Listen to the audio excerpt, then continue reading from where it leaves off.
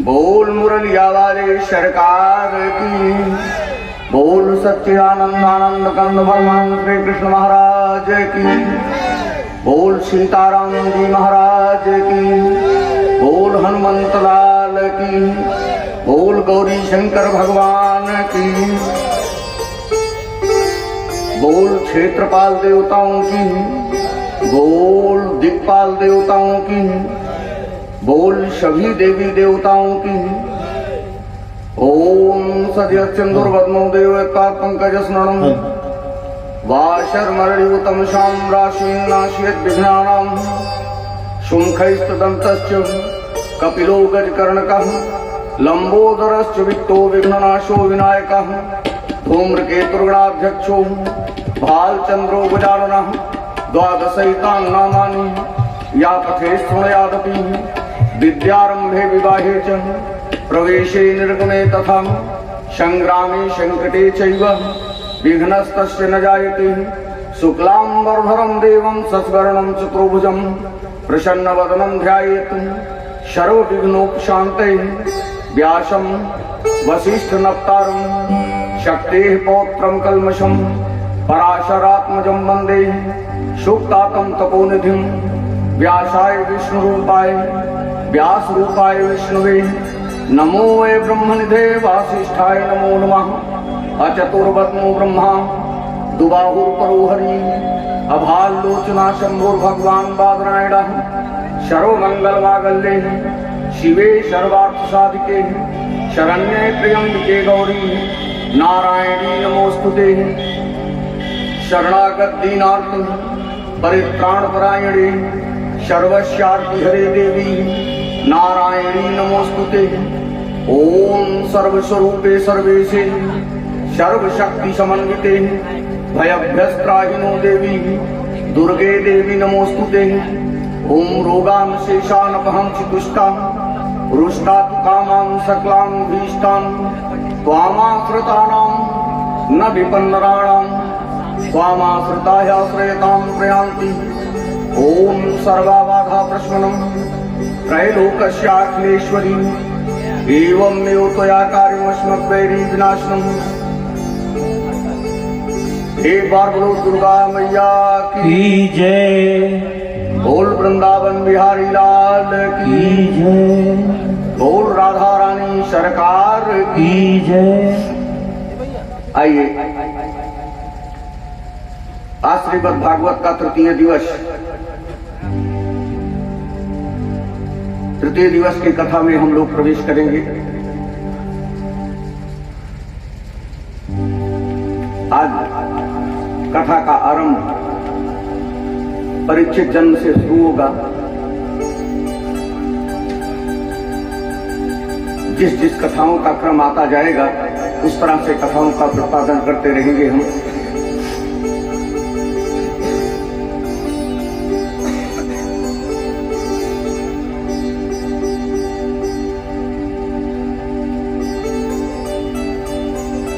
तब तक हम लोग थोड़ा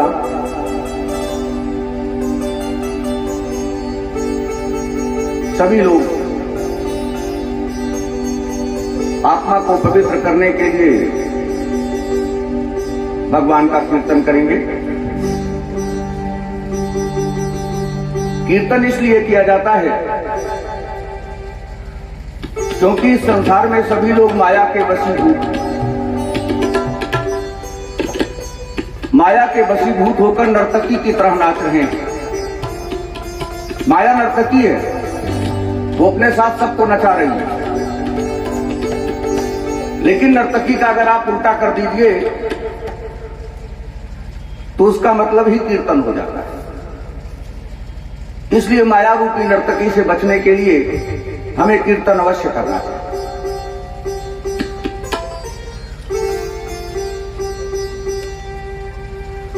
आइए करते हैं। यशोर निकंदन वजीर बिहारी तुम्हारी जय हो, तुम्हारी जय हो। असुर निकंदन वजीर बिहारी तुम्हारी जय हो, तुम्हारी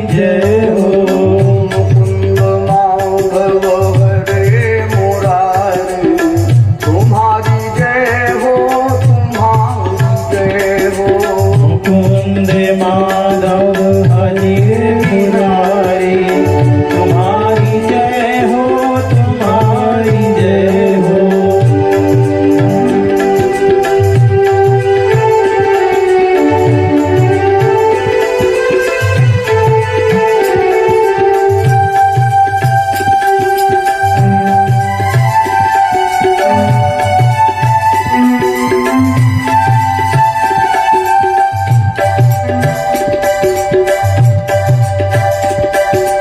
शरीर निर्मल अतीव निर्धन विशोक विभ्रम अशांतिदान। शरीर निर्मल अतीव निर्धन विशोक विभ्रम अशांतिदायक।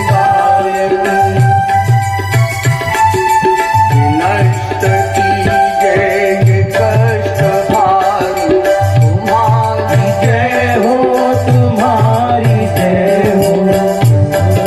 कंदन बिहारी तुम्हारी जय हो तुम्हारी जय हो।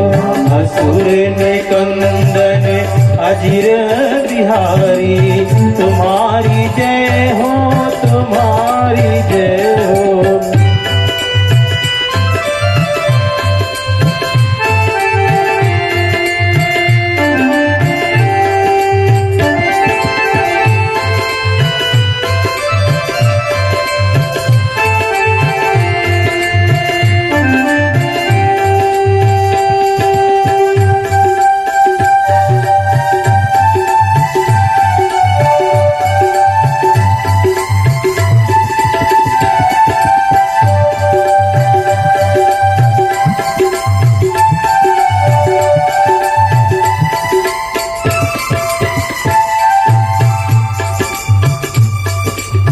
रमाकांत क्षीरोदधिवासी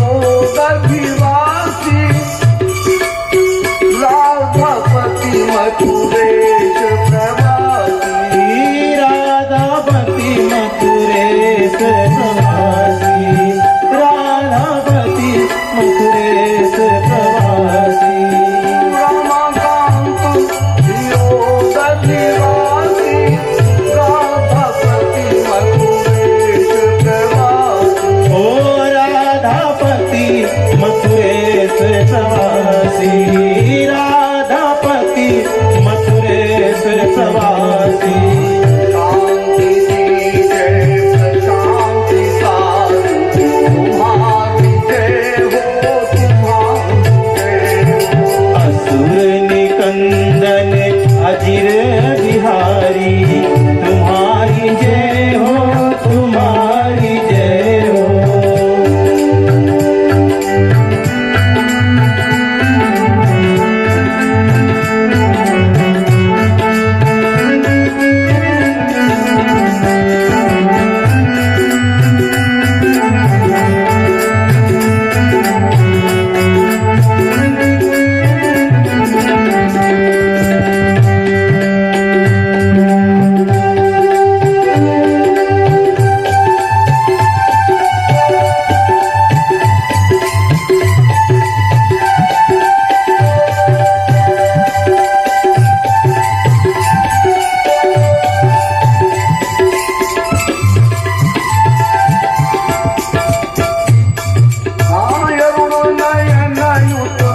श्याम नमामि भुज विशाल बलराम नमामि। ओ भुज विशाल बलराम नमामि भुज विशाल बलराम नमामि। अरुण नयन युत श्याम नमामि भुज विशाल बलराम नमामि। ओ भुज विशाल बलराम नमामि। कंस साल जय जय अवतारी तुम्हारी जय हो तुम्हारी जय हो। ओ असुर निकंदन अजीर बिहारी तुम्हारी जय हो तुम्हारी जय हो। कंस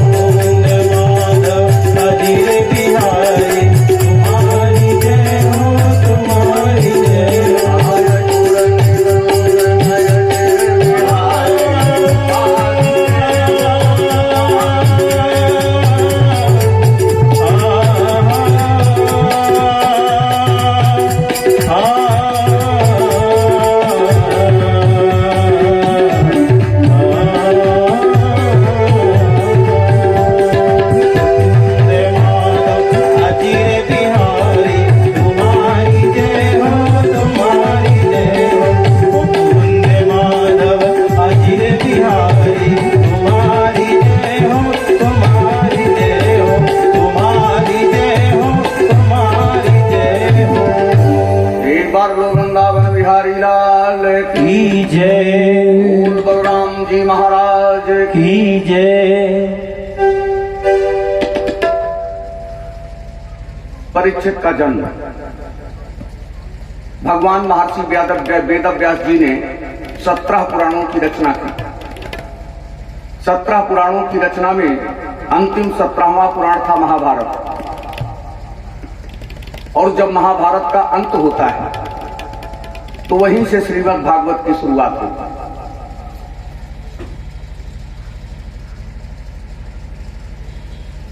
अश्वत्थामा जो गुरु द्रोण का मित्र था, गुरु द्रोण का पुत्र था और दुर्योधन का मित्र था। दुर्योधन की जंघा जब भीम ने तोड़ डाली तो दुर्योधन का एक वरदान कहिए आप शाप कहिए, दोनों चीज थी कि जब हर्ष विषाद दोनों एक समय तुम्हारे साथ होंगे, तुम्हारे चेहरे पर मुस्कान भी होगी और भयंकर पीड़ा से भी गुजरते रहोगे, उसी समय तुम्हारे शरीर का अंत होगा, तुम्हारे शरीर से प्राण उसी समय निकलेंगे। तो अश्वत्थामा दुर्योधन का मित्र था। दुर्योधन ने अश्वत्थामा से कहा कि मित्र, जब तक हर्ष विषाद एक साथ नहीं होगा तब तक मेरी देह नहीं छूटे। इसलिए आप एक काम कीजिए कि पांडवों का वध कीजिए और उनके वध का समाचार आकर मुझे सुनाइए, तब मुझे अपार हर्ष होगा। और पीड़ा तो जंघा टूट जाने से मेरी देह टूटी हुई है, इससे पीड़ा तो अपार हो ही रही, लेकिन हर्ष उसी समय होगा जब पांडवों के वध का समाचार मुझे मिलेगा।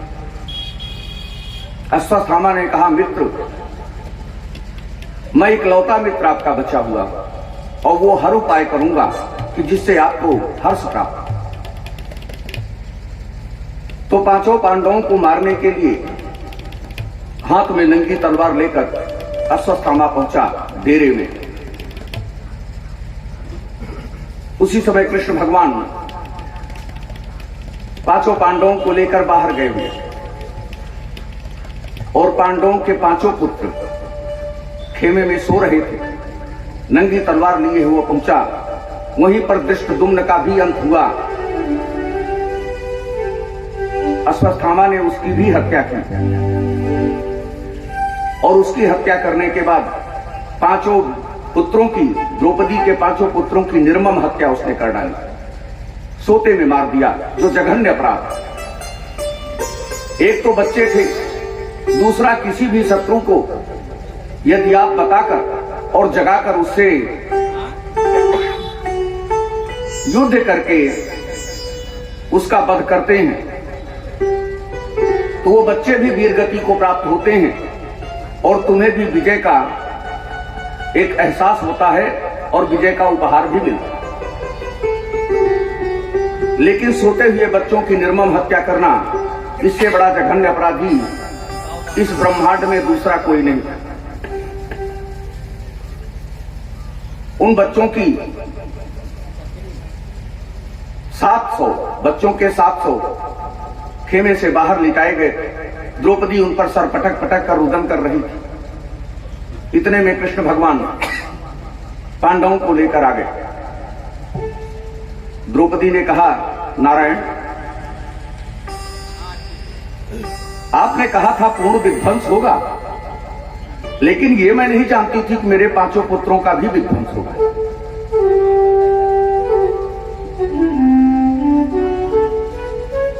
द्रौपदी नारायण कृष्ण से कहती है, आओ माधो, अब तो आओ, और अब तो आना बेबाकी है, अब तो आना बेबाकी है, अब तो आना बेबाकी है। अथवा इस खेल तुम्हारे में क्या और कसर बाकी है, अथवा इस खेल तुम्हारे में कुछ और कसर क्या बाकी है, अथवा इस खेल तुम्हारे में कुछ और कसर क्या बाकी है। कहा नारायण, यदि आप चाहते तो हमारे पुत्र मारे न जाते, क्योंकि आप तो सर्वशक्तिमान हैं, सर्वसमर्थ हैं। आप चाहते तो मेरे बच्चों को बचा ले। नारायण ने कहा, पांचाली, मैंने युधिष्ठिर को विश्व विजय दिलाने की प्रतिज्ञा ली,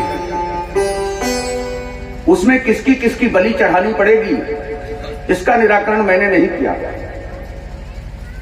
और मैंने तो एक संकेत में आपको सब बता दिया था कि गर्भ से जितने भी लोग पैदा हैं आर्यावर्त में उन सब का अंत हो जाएगा। जो इस समर क्षेत्र में आएगा उसका अंत हो जाएगा। लेकिन मां, जिसके बच्चे उसके सामने काट दिए गए हों, वो थोड़ी बहुत सांत्वना पर उसे आसानी से सांत्वना नहीं मिलती, उसके हृदय को संतोष नहीं होता। वो कह रही है कि तुम प्रभु हो, हम हैं तुच्छ जीव, और ये होनी अपनी किस्मत है। ये होनी अपनी किस्मत है, ये होनी अपनी किस्मत है। तुमसे मुंह लग के बात करे, यहाँ कहाँ हमारी ताकत है। तुमसे मुंह लग के बात करे, ये कहाँ हमारी ताकत है। कहा प्रभु हैं और हम तुच्छ जीव हैं, हम आपसे मुंहजोरी कहां कर सकते हैं, तुराबाप कहां कर सकते हैं। नारायण कृष्ण ने कहा, मैं जानता हूं आप बहुत दुखी हैं, लेकिन पांचाली, इस समय मुझे क्या करना चाहिए ये बताओ। इस समय तुम्हारी इच्छा क्या कह रही है। तो द्रौपदी ने कहा, मेरे पुत्रों के हत्यारे को मेरी आंखों के सामने लाओ, मार दो। नारायण कृष्ण हमारे परम ब्रह्म है। आंख बंद कर दिया और तुरंत पता लग गया कि यह अश्वत्थामा का किया हुआ कार्य है, और अर्जुन को लेकर वहां पहुंच गए। लेकिन अर्जुन भी द्रोण का पुत्र था, कितना भी अपराधी था, लेकिन मामूली थोड़े था। जैसे ही अर्जुन वहां पर पहुंचे, उसने श्रृंगी सर तान दिया। अर्जुन ठगे से खड़े रह गए, इनके गांडीव खत्म हो गया, इनका सब कुछ बंध गए, ये कुछ नहीं कर सकते। बस श्रृंगी सर को जब उसने चलाना चाहा तो नारायण कृष्ण ने आगे से आकर उस श्रृंगी सर का पान कर लिया। अर्जुन को मौका मिला, पीछे से जाकर अश्वत्थामा को बांध लिया और बात कर लाकर द्रौपदी के सामने खड़ा किया। भीम गदा लेकर गरजे, द्रौपदी अगर कहो तो इसकी खाल खींच दूं, इसे अभी तुरंत इसकी हत्या कर दूं, इसने मेरे बेटों की हत्या की है, इस हत्यारे को जीवित नहीं छोड़ रहा। अर्जुन भी यह प्रतिज्ञा ले चुके थे कि मैं इसको मार डालूंगा, लेकिन द्रौपदी अग्निशायनी थी, वो परम बुद्धिमान थी। वो जानती थी कि अश्वत्थामा मर नहीं सकता, ये अमर है। और अगर मैं अपने किसी पति से कहूंगी इसे मार देने के लिए, तो मेरा पति केवल लज्जित होगा, मार नहीं पाएगा इसे।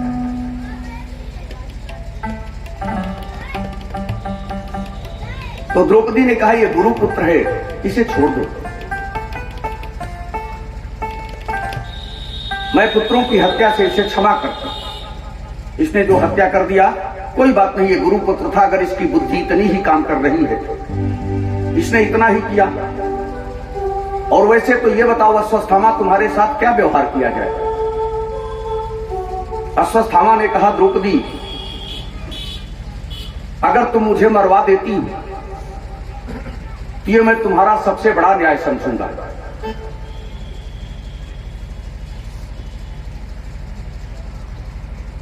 क्योंकि मैंने आपके वंश का बीज भी नहीं छोड़ा, उसको भी समाप्त कर दिया। और अगर मुझे छोड़ देती तो ये आपकी सबसे बड़ी कृपा समझूंगा। अब निर्णय आपके हाथ में है कि आप क्या करना चाहती हैं। द्रौपदी ने कहा, मैं अपने गुरुपुत्र को क्षमा करती हूं, जाओ यहां से। भीम ने कहा, मूर्ख अश्वत्थामा, तू पांडवों के बीज को कहां नष्ट कर सकता है।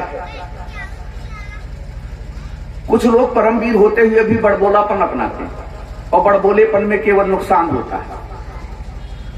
उन्होंने कहा पांडवों का बीज नष्ट नहीं हो सकता, क्योंकि अभिमन्यु का पुत्र उत्तरा के गर्भ में पल रहा है। एक राज की बात इन्होंने बता दी। अश्वत्थामा तो यही समझ रहा था कि मैंने पूरा सर्वनाश कर दिया, लेकिन ये राज जो बचा हुआ था इसको भीम ने उगल दिया। तो भले ही छूट गया, लेकिन अपमानित तो हुआ था वो, क्योंकि नारायण कृष्ण ने कहा अर्जुन की प्रतिज्ञा भी रखनी है और द्रौपदी का कहना भी मानना है। इसलिए सुदर्शन मंगाकर और उसके माथे की जो मणि थी जिसके बल पर वो अमर रहता था, उस मणि को निकाल लिया। लेकिन नारायण कृष्ण ने कहा तुझे बड़ा घमंड है ना कि मैं मर नहीं सकता, तो मैं तुझसे तेरी मृत्यु ही छीन लेता हूं और तुझे अमर होने का अभिशाप देता हूं मैं। अब इस मणि को मैंने निकाल लिया है, ये जो घाव यहां पर बन गया ये समय के अंत तक रिश्ता रहेगा, तुझसे दुर्गंध आती रहेगी, तू मृत्यु की याचना करेगा लेकिन तुझे मृत्यु प्राप्त नहीं होगी। उसी समय उसका शरीर सफेद पड़ गया, दुर्गंध आने लगी। आज भी अश्वत्थामा गली गली भटकता। अभी कुछ दिन पहले सुनने में आया था सुल्तानपुर में हॉस्पिटल में एडमिट हुआ था, 11 हाथ का लंबा, 3 बेड लगाए गए तब उसकी लंबाई पूरी हुई। डॉक्टर आए, 15 दिन तक इलाज किया उन्होंने। 15 दिन तक इलाज करने के बाद जब वो घाव तनिक मात्र भी ठीक नहीं हुआ, माथे पर ही घाव था, तनिक भी ठीक नहीं हुआ, तो डॉक्टर ने कहा ये तो द्रोणी का घाव हो गया है यार। बस इसको शंका हो गई कि मुझे पहचान रहे, बस रातें में भाग गया, दोबारा नहीं दिखाई पड़ा। प्रयाग में कई लोगों से मिला है, वो छुप कर जीवन बिता रहा है, क्योंकि किसी के सामने जा नहीं सकता, दुर्गंध आती है। अब इतने बड़े हत्यारे को पसंद कौन करता है? किससे मिलने जाएगा? कौन उस पर अपनी दया दृष्टि डालेगा? कौन उसको खाने पीने को देगा? कौन क्या करेगा? तो जगह जगह भटकता रहता है, तीर्थ स्थानों पर जाता रहता है, जबकि नारायण कृष्ण का श्राप उसे अच्छी तरह याद है कि मुझे शांति कहीं नहीं मिले। इसीलिए जाने अनजाने, चाहे पूर्व जन्म में, इस जन्म में तो व्यक्ति प्रयास करता है कि मुझसे कुछ गलत ना हो जाए, लेकिन कभी कभी ऐसा होता है कि पूर्व जन्म के किए हुए कार्यों को उसे इस जन्म में भुगतना पड़ता है। तो उन कार्यों को, जो पूर्व जन्म के कार्य हैं, उनसे मुक्ति पाने के लिए समय रहते ही आपको ईश्वर के भजन में जुट जाना चाहिए, ईश्वर का भजन करना चाहिए, स्मरण निरंतर करना चाहिए। अरे जो करते रहोगे भजन धीरे धीरे, जो करते रहोगे भजन धीरे धीरे, करते रहोगे भजन धीरे धीरे, करते रहोगे भजन धीरे धीरे, करते रहोगे भजन धीरे धीरे, जो करते रहोगे भजन धीरे धीरे, मिल जाए राधा रमन धीरे धीरे, तो मिल जाए राधा रमण धीरे धीरे।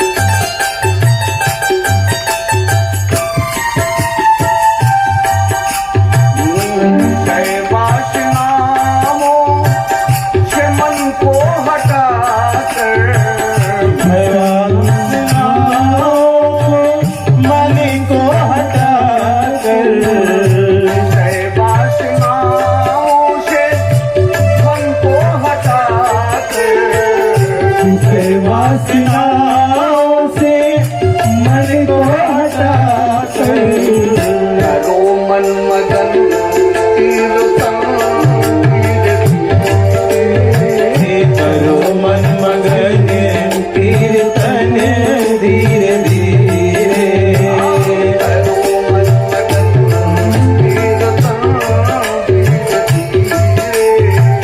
करो मन मगन कीर्तन धीरे धीरे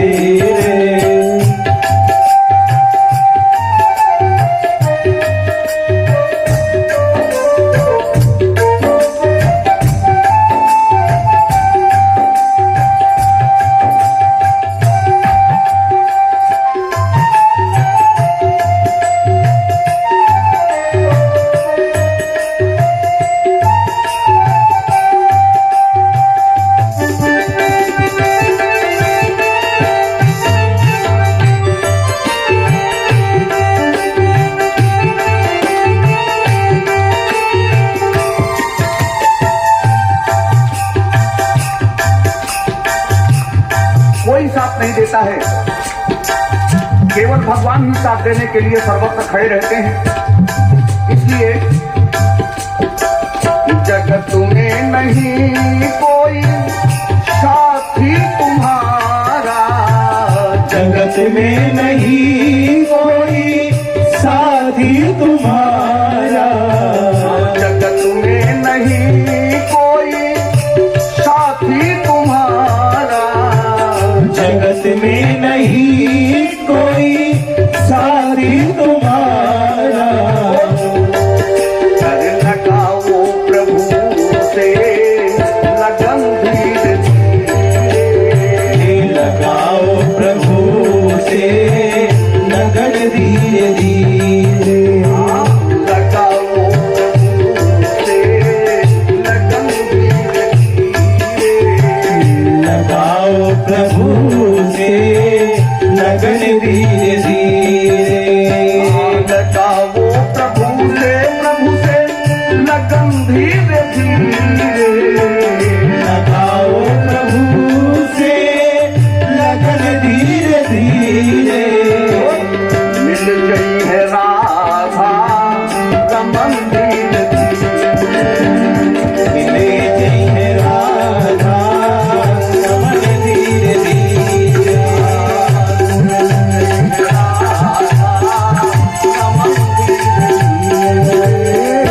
मिले जय है राधा रमन धीरे धीरे।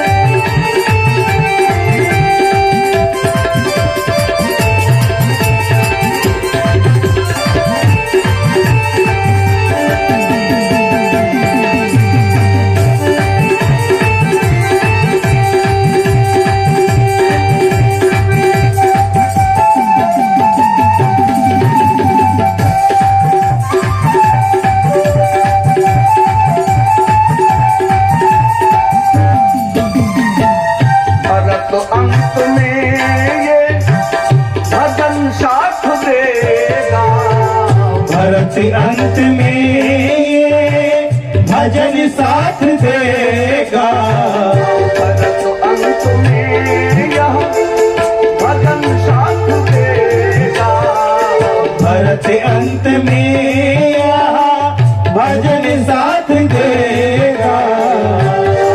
से करो जपन धीरे धीरे, अभी से करो शुभ यत्न धीरे धीरे, ते रहोगे भजन धीरे धीरे, जो करते रहोगे भजन धीरे धीरे।